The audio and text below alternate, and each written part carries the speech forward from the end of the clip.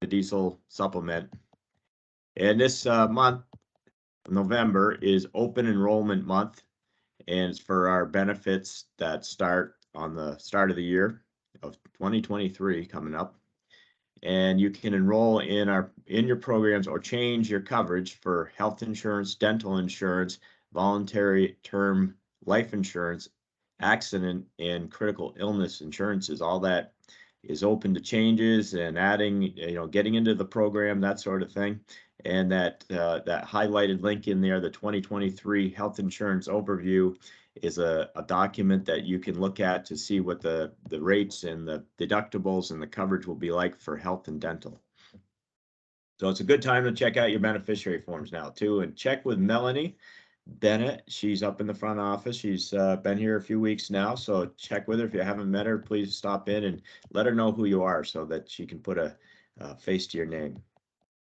So this week, we're also highlighting the critical illness insurance, which is part of the coverage that we can provide through the company. It is something that costs the employee directly, but we bring it in as a kind of a group program, which gives better rates and that sort of thing. So what it does is it covers if you have heart attack, stroke, cancer, all that, those kind of critical illnesses, then your family will get to benefit from that. So that if you lose your opportunity to work because of the sickness.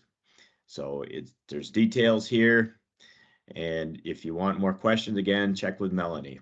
It's definitely could be a very important thing for you and your family if you end up having that, kind of illness. And also last week we covered the accident insurance. That's also available, and check with Melanie there. I had the link for the primary care wellness program. I got to get my appointment here so I can get my yearly update. I know that everyone has to who's in the program who hasn't followed up. It's a time of year where they're ready to take us on. So with that, I'll check back with Matt to see if he's ready for the safety presentation. I am, Ken. Good. Okay. Sorry for the inconvenience. My computer crashed at the worst possible time. So this week's code of conduct is to promote the code. We're at the end of our code item. So what's that? Did you take over the screen? Am I looking? I should have, yeah. Oh, okay. Yep. I see now. Yeah. Promote the code. Ben, anything to add to our code item this week? Well, hopefully everybody's supporting and positive about the code. This time of year we're busy trying to get a lot of things done, and I've just been trying to calm people down a little bit when I deal with them and try to get everyone to understand that everyone does things in different ways, and act and conduct yourself according to our code, and it'll help us be more accepting of others. And we all have different motivations and actions. We want to be polite and kind to each other, considerate. We want to listen. We want to solve problems. We want to address faults of other people with kindness. And we want to make our decisions based on integrity. All those things are in the code. And if we believe in those things, it's a lot easier to promote the code. When someone else is kind of falling off the wagon a little bit, try to get with them and talk to them a little bit about it and get them thinking positive and look for solutions. And promoting the code is actively promoting it and talking about it. I know that's the way that I believe about it, and Ken also does. It's hard to explain sometimes, but it's very simple. Yeah, it's not meant to be a negative that's right. Part of the code. It's meant to be a positive, uplifting part. And life is a lot easier when you look for solutions and don't become overwhelmed by all the superfluities of life that happen around you. It's going to be okay. And that's a lot of it. It's going to be okay. We're going to figure it out. Okay. Sorry about that. I wasn't expecting that one today, but that's good. So a good job over the last 7 days. Our day count's 145 days without a recordable injury. So again, we're going to talk about kind of some of the things that are safety incidents and human factor. These are a lot of the things that we see that lead to those safety incidents and put our day count down to 0. Are these 4 main kind of behavior-based safety key points: complacency, distractions, exhaustions, overconfidence, and ignorance. So complacency, we often get fooled because the process worked 1,000 times before without an incident. Be aware, stay ready, look for problems, and take corrective actions to maintain a safe working environment. So one of the things that we do every Friday is we talk about best practices and try not to get complacent, but it is a human behavior that happens to us all. So that's why we need to work as a team to always remind each other and work together as a team to try not to get complacent. When you see somebody, remember that code item, and try to get everybody in those good habits, good, safe working habits. And then distractions, we keep your head in the game. Had an argument with your spouse or loved one this morning, received spiteful comments from the boss, thinking about the weekend, whatever it is. If you can't stay focused on the task, then you won't have control over the work. So again, put the phones down, really focus in on the job at hand and keep each other kind of accountable and work together as a team so we can continue our day count and work safe each and every day on our projects. And then exhaustion and hungover, etc. Don't put yourself in a situation that compromises the safety of yourself, your coworkers, or the public. Avoid excessive indulgence before a workday. Get plenty of sleep. Take frequent breaks when performing monotonous work. So again, if you're working really hard and you start to feel like you got some heat exhaustion or exhaustion there, put that shovel down for a second or ask for a break and work together as a team. And then the other stuff is just really good wellness practices. We should all be getting good sleep and taking care of our bodies, because manual labor is very difficult and very taxing on our bodies. So we need that rest and we need to stay hydrated each and every day. And then the last one is overconfidence and ignorance. This is the one that we mostly see. It's we do not get blinded by your overconfidence. When we get good at a task, it's easy to get overcome and lose respect for the job site hazards that exist. We normally see this with fall protection, excavation work. We've been in these trenches 1,000 times. Nothing's going to happen. We're overconfident and ignorant, and that's when we get bet. So it's very important that we maintain those best practices that we talk each and every Friday.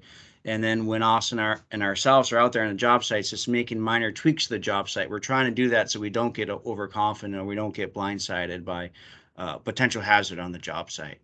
So if we can kind of maintain these really good basic behaviors, our best practices will be highlighted and we can continue with our really good, strong safety record this year and really finish the season out strong. That's really all I have today. Kenny, if you have anything to add, feel free to jump in. Well, I like that image there for overconfidence and arrogance. So I got something to add.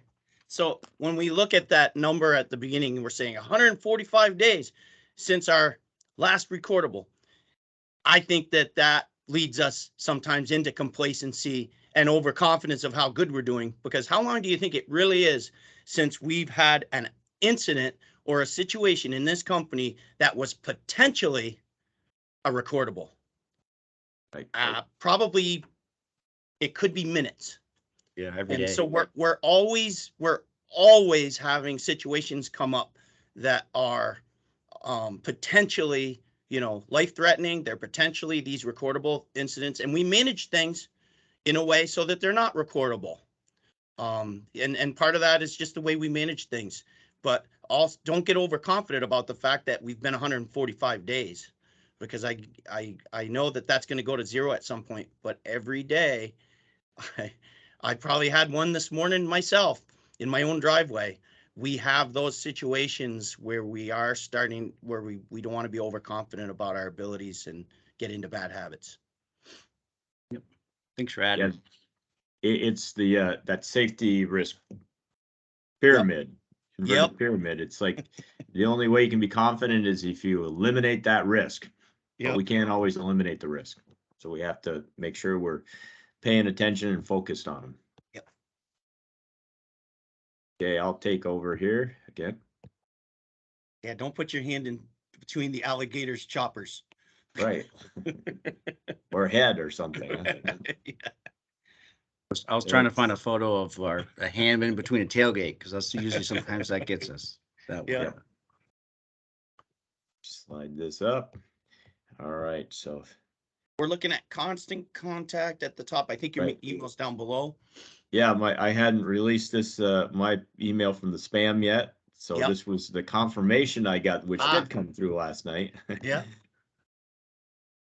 Yeah. So we get through these announcements. Okay, found a hair here. Oops. Okay. Last week we were talking about the park and ride for in Williston for commuters. This week we're going to talk about the Monroe Trailhead parking expansion. So for a hiking trail, and the Blush Hill Access Edition at Waterbury Reservoir for parking for a boat launch and reservoir access. So we were contracted for these two projects with the Department of Parks and Recreation to construct parking facilities at the Camel's Hump Monroe Trailhead in the Waterbury Reservoir. We're going to start with the Monroe Trailhead. That lot was built on a wooded site to provide an additional 42 spaces to hikers. The demand for parking at the popular trailhead exceeded capacity on busy weekends. And also in the wintertime, one of the two original facilities, parking lots, was closed because of things, mostly because it's kind of a treacherous last section of Class 4 type high roadway going up to the top. So this is off from Route 2 on not 2, but River Road, Winooski, along the Winooski River in Duxbury. So actually Route 2, 89 and Route 2 are right across the river. So some of you may have been up here. Obviously the guys have been up there, the drivers have been up here. And it takes you up this fairly steep road called the Camel's Hump Road. And there's a couple parking areas where the Vast Trail crosses, and then all these trails go up to Camel's Hump. So this plan coming up here, this depicts what we built. And you can see that it was kind of a cut to fill type setup here, cut on the upper side, some fill on the lower side, some drainage, pretty straightforward. A lot of tree clearing, and topped with a gravel material, some drainage, swales, culverts, and then some signage, of course.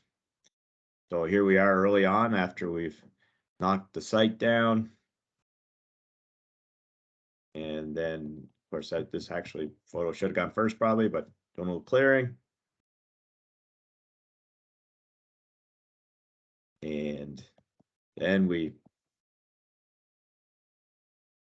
kind of leveled it out a little bit more, cleaned it up. Hard for me to advance the slide without jumping around, so it's going kind of slow here. These were long photos, vertically long photos. So this photo coming up here, this is when we started to put our fills in, our select materials in, and I see the GPS grader box attachment on the skid steer.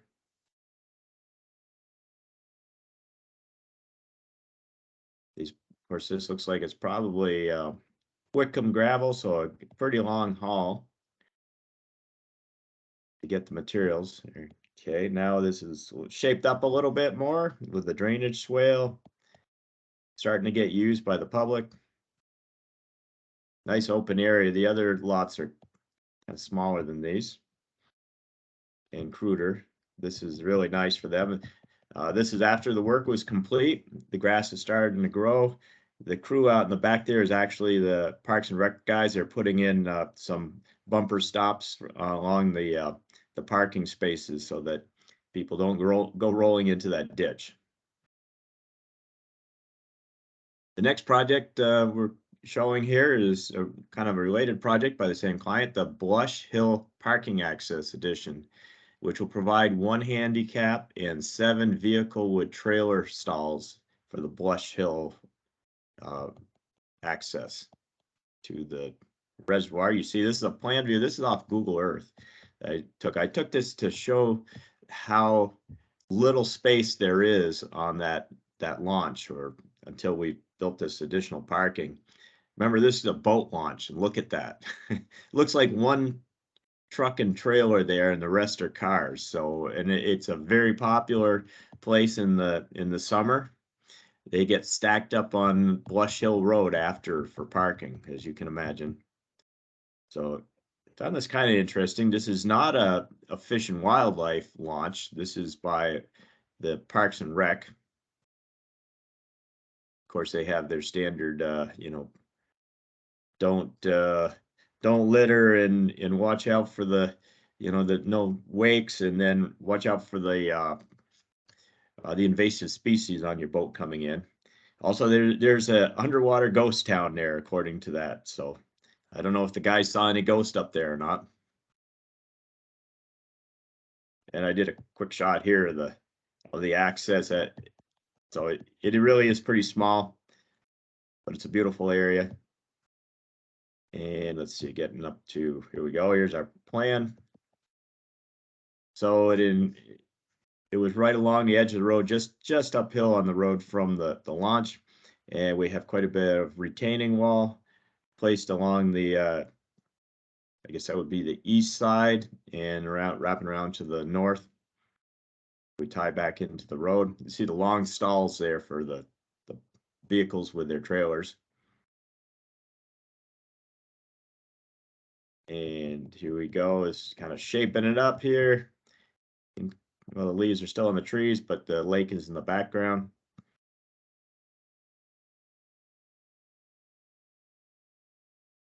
Here's a little later on, fewer leaves, you can see the lake for sure. And getting the retaining wall in. This shows a corner view. You see the setbacks of the blocks stepping back a couple inches roughly on each lift, and how that happens in both directions. There's a 90 degree turn here, so that's a careful adjustment as we build up to make sure that it works in both directions.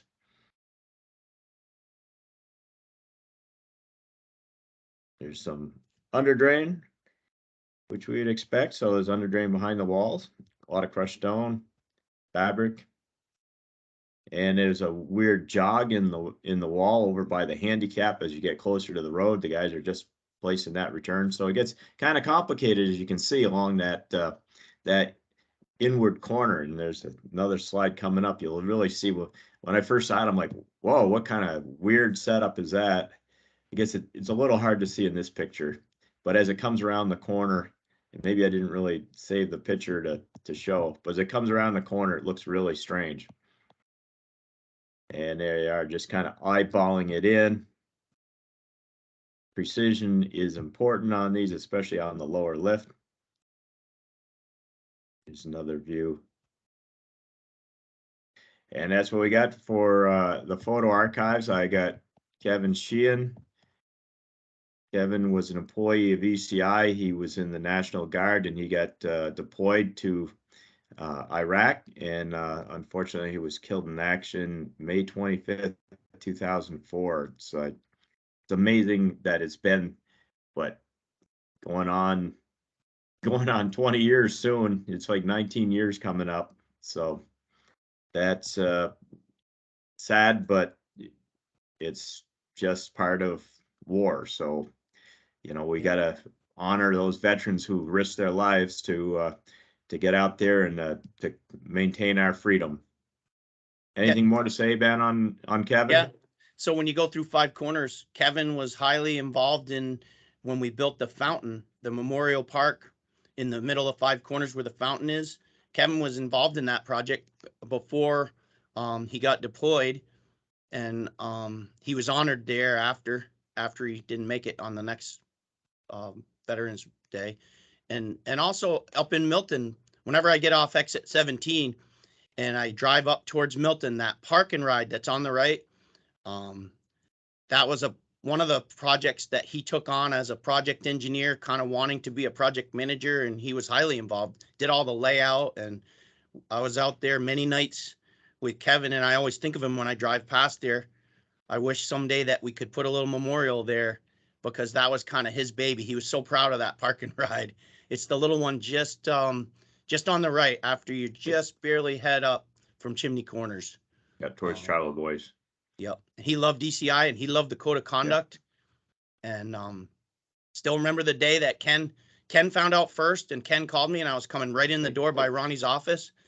And I remember the moment that I found out that he wasn't coming home. Yeah. So it doesn't seem like it's been almost 20 years. No, it really is. Time has flown, and unfortunately, he leaves behind a family. It was a young family at that point. Yep. And his wife Heather and son Nathaniel, and then and the wife's name was Heather, and Heather the and daughter's Allison.